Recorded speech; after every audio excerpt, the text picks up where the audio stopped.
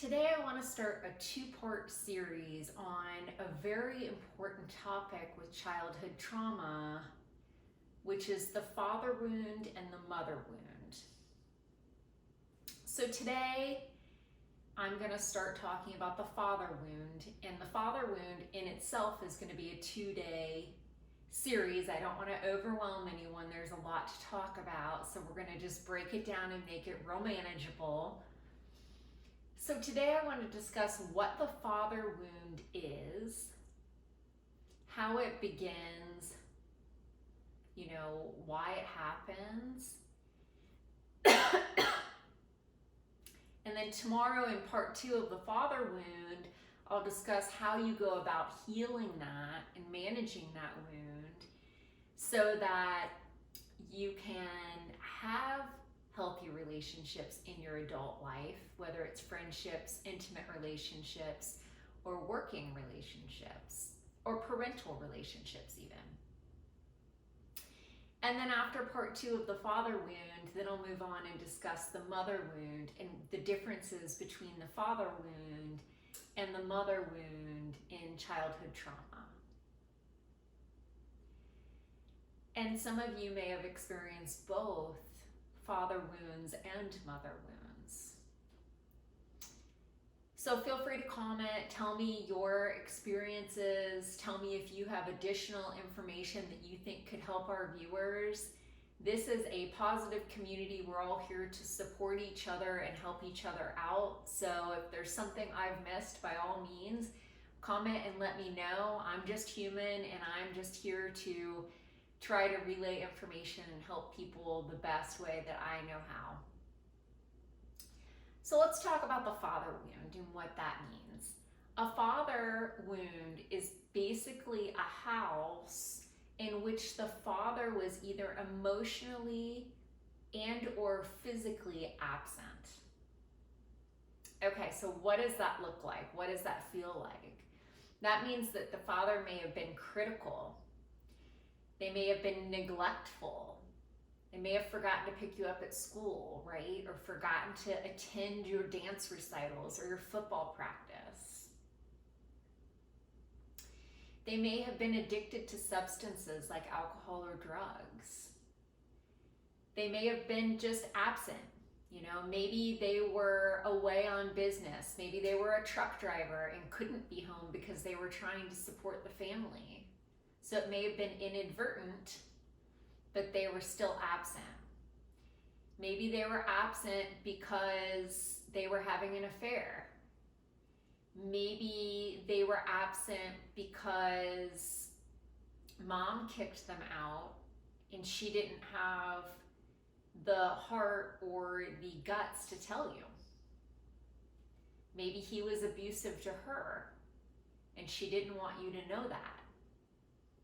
There are many reasons for absence, but absence is one father wound. Maybe he was over controlling.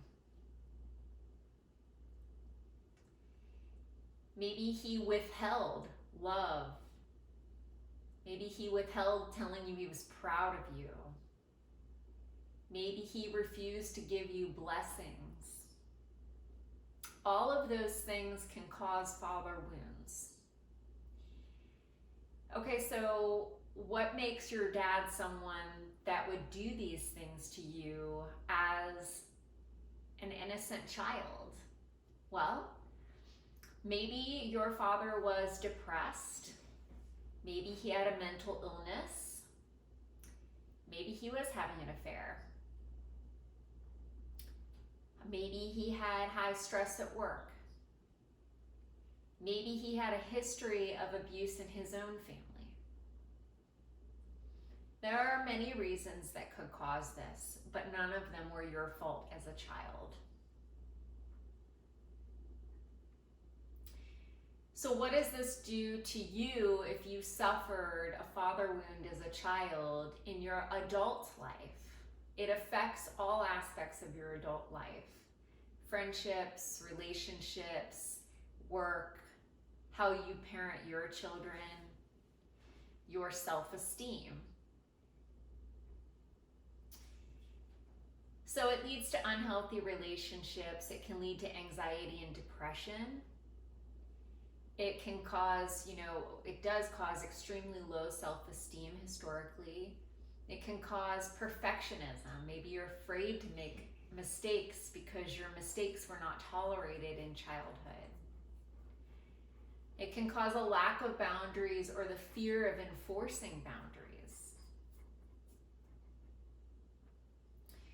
So both sons and daughters are affected by fatherhood wounds. When daughters experience fatherhood wounds, it's also referred to as daddy issues, right? When they grow up and they're dating people, and they have failed relationships, often people will say, oh, she has daddy issues.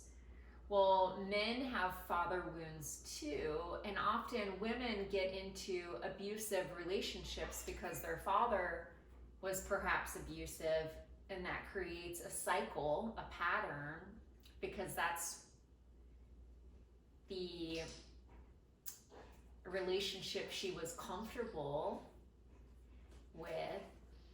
But sons grow up, on the other hand, to have to feel like they have to be perfectionists, and often they become, sadly, very suicidal or have suicidal ideations, and they become fearful of having children of their own. So this is it's a very big wound, and I just want everyone out there who has faced this wound to know that you're not alone, and it was never your fault as a child. So tomorrow in part 2, we're going to look at the brighter side of this story, which is how to heal this wound. It is very possible to heal it with or without the father being in the picture. So in case no one else has told you yet today, you are absolutely amazing. Thank you so much for subscribing and helping me grow this channel of supportive community members. And I look forward to part 2 of healing the father wound tomorrow.